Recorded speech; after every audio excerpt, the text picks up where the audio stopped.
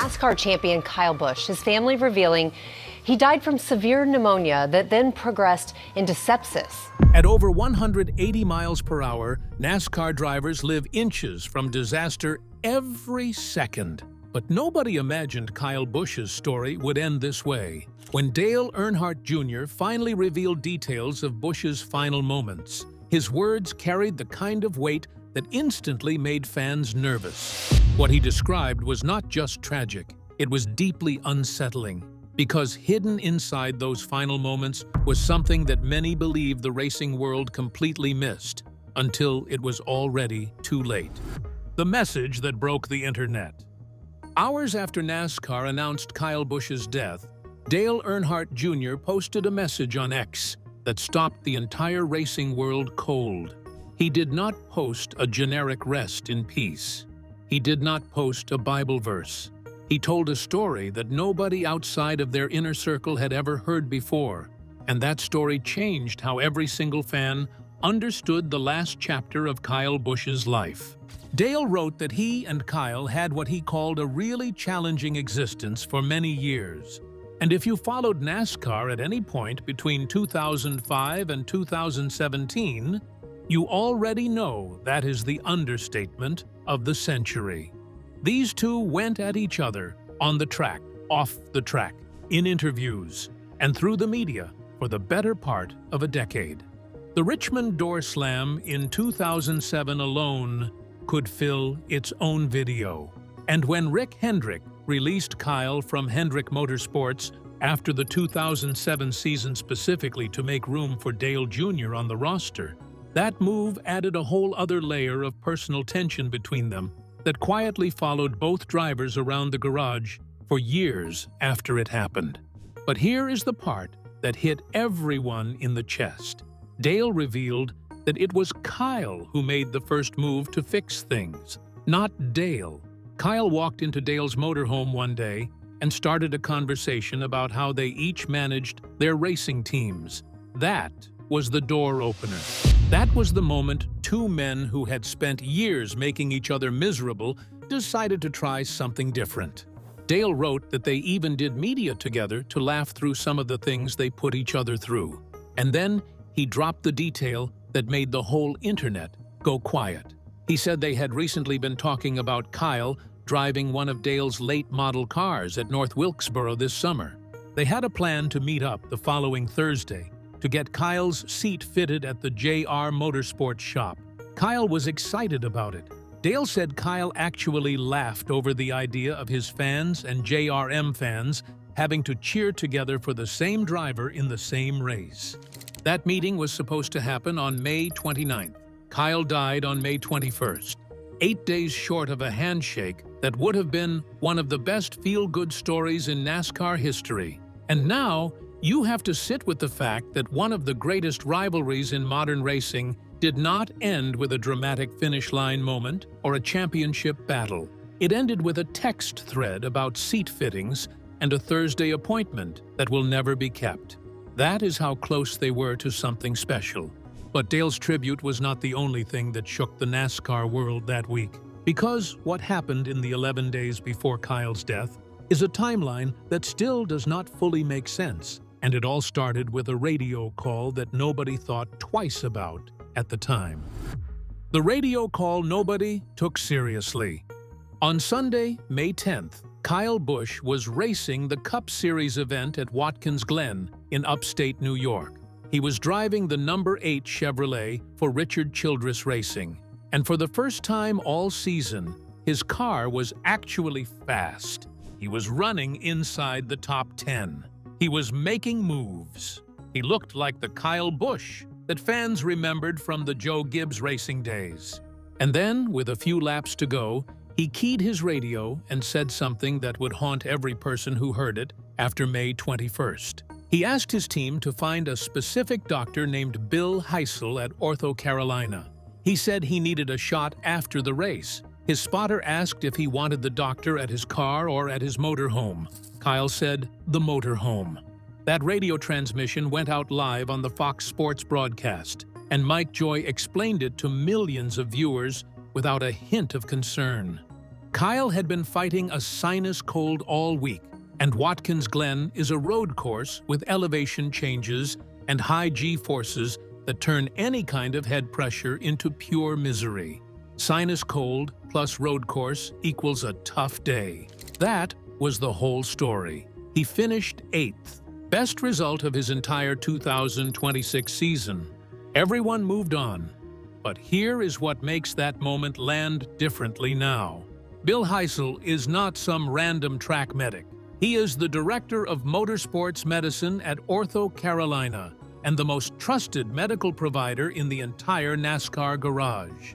He has been working with Cup Series teams for over a decade. Drivers do not ask for Bill Heisel by name unless they know exactly who he is and exactly what they need. Kyle knew. And that was also the day his daughter Lennox turned 4 years old, which means while a 4-year-old was blowing out birthday candles at home, her father was at a racetrack 2 states away asking a doctor for help. Kyle finished the race and moved on. 5 days later, he would tell reporters he was still not feeling great. But on May 10th, the clock had already started ticking, and the sinus cold that everybody dismissed was about to become something much worse. The last win and the words that haunt everything. On Friday, May 15th, Kyle Busch showed up at Dover Motor Speedway for the NASCAR Craftsman Truck Series race and drove like the greatest Truck Series driver who ever lived, because that is exactly what he was. He qualified on pole. He swept both stages. He led 147 of 200 laps. He beat Ty Majeski to the finish line by more than 3 seconds and won his 69th career Truck Series victory, a record that may never be touched. After the race, Fox Sports reporter Amanda Busick asked him why winning never gets old. And Kyle gave an answer that now lives in a completely different universe than the one it was spoken in. He said, "You take whatever you can get, because you never know when the last one is going to be, so cherish them all, and trust him on that." He said it with a smile. He said it like a man who had been struggling in Cup for 2.5 years and was just happy to be back in victory lane, doing what he loved. Then, in a follow-up press scrum, a reporter asked how many more wins he wanted. Kyle said the same thing again. You never know when the last one is going to be. Twice in the same press session, 6 days before he died, Kyle Busch told the world to cherish every moment because you never know when it ends. I want to be honest with you here. Drivers say stuff like this all the time. It is the same kind of cliche as giving it 110%. Kyle was not secretly aware of anything. He was just a guy reflecting on the fact that wins do not come as easy as they used to. But context changes everything. And when you watch that interview back now, knowing what happened 6 days later, those words feel like something a screenwriter would reject for being too on the nose. The next day, Saturday, May 16th, Kyle talked to reporters again at Dover and admitted he was still not feeling right. He said the cough from the previous week had been pretty substantial and that he still was not great. Nobody panicked. He had just won a race the night before. Drivers get sick. Drivers race through it. That is the culture. And that culture is part of why what happened next caught everyone completely off guard. The last birthday, the last post, the last Tuesday. On Monday, May 18th, Kyle's son Brexton turned 11 years old. Kyle posted a carousel of photos on Instagram showing Brexton growing up on racetracks and in victory lanes.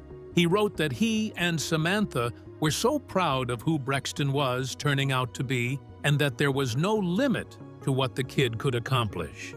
That post is still up on Kyle's Instagram right now. It was his last social media post ever. 3 days before he died, he was a father celebrating his son's birthday, writing about how proud he was. And think about what Samantha posted that same day.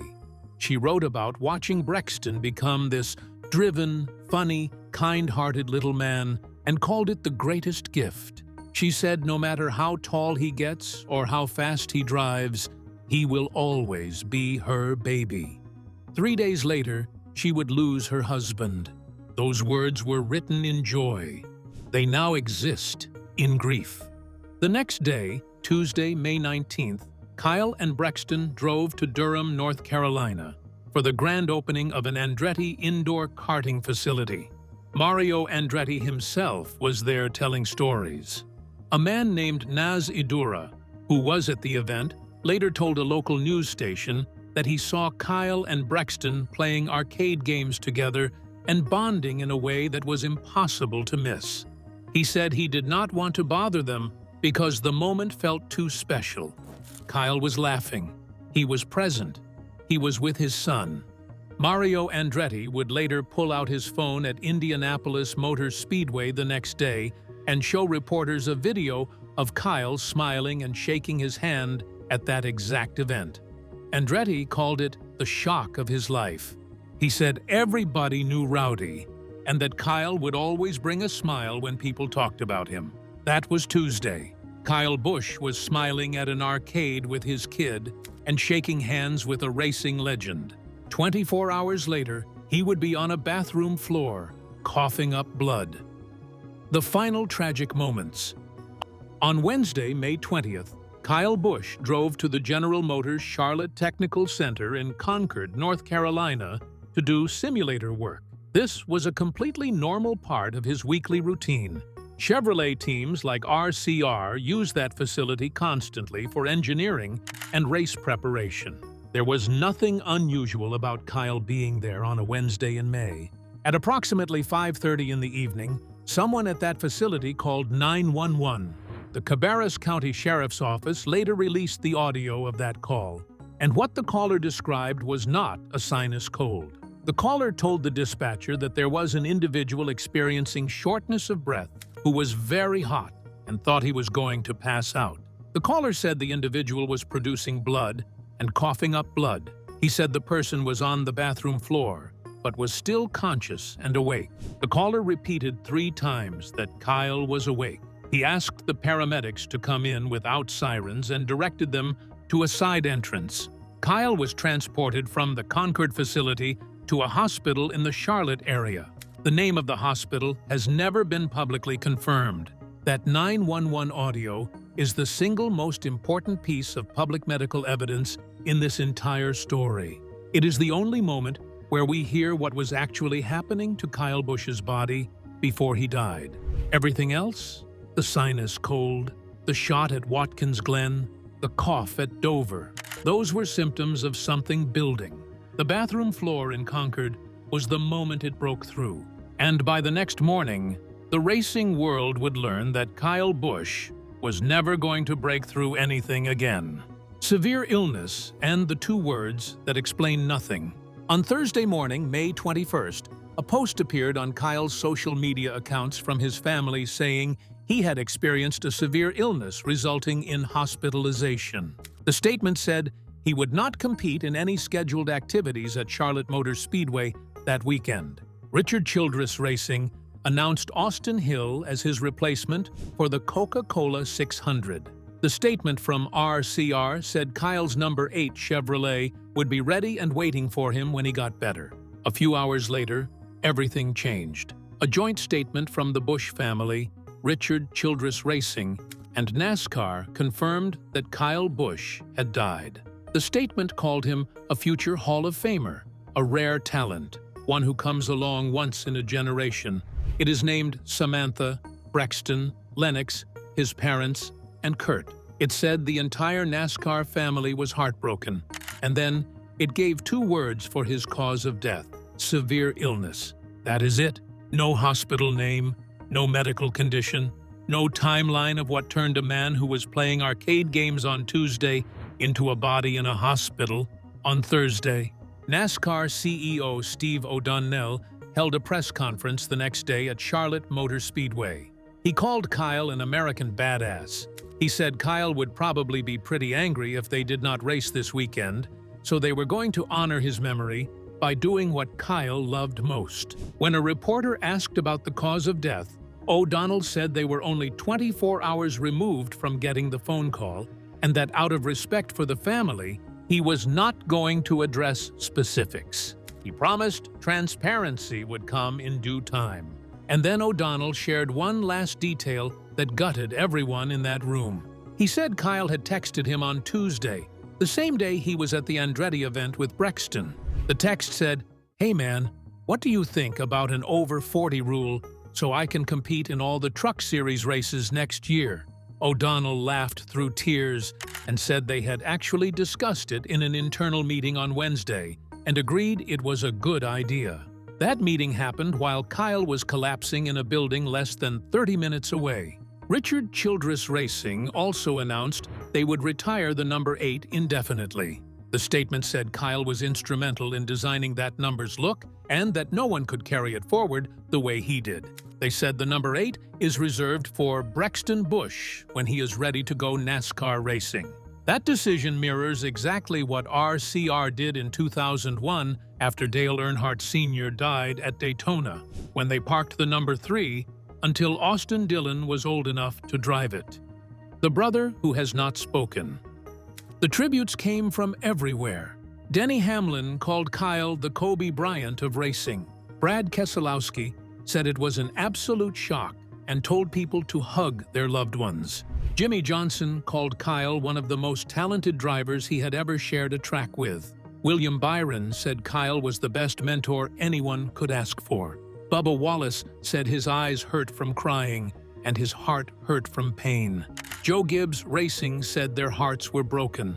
Rick Hendrick said he watched Kyle grow up in the sport. But there is one person in the entire NASCAR world who has said nothing. Kurt Busch, Kyle's older brother. The man who told reporters in 2001 that his little brother was the best driver in the family. The man whose own career ended in 2023 because of a concussion he could never recover from.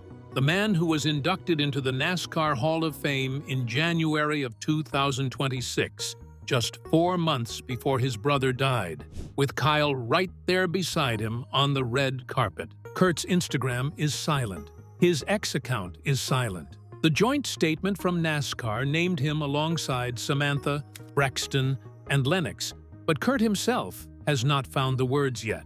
And honestly, I do not think anyone can blame him. Because how do you write a post about the kid you told the world was better than you? The kid who proved you right 234 times? The kid who outlived your career by 3 years but did not outlive you? Kyle Busch won his last race on a Friday at Dover. He celebrated his son's birthday on a Monday. He played arcade games with his kid and shook hands with Mario Andretti on a Tuesday. He collapsed on a Wednesday, and he was gone on a Thursday. 11 days from a radio call at Watkins Glen to a hospital in Charlotte. 41 years old, 2 championships, 234 wins. A wife who has been with him since 2008. A son who wants to be just like him. A daughter who just turned 4. And a brother who is sitting somewhere right now, trying to figure out how to say goodbye to the best driver in the family. You never know when the last one is going to be. Cherish them all. Trust me, that is what Kyle said. He was right about that too. I still cannot wrap my head around how fast this happened. 11 days from a routine radio call to gone. Drop your thoughts in the comments, because I know a lot of you are still trying to make sense of this one too.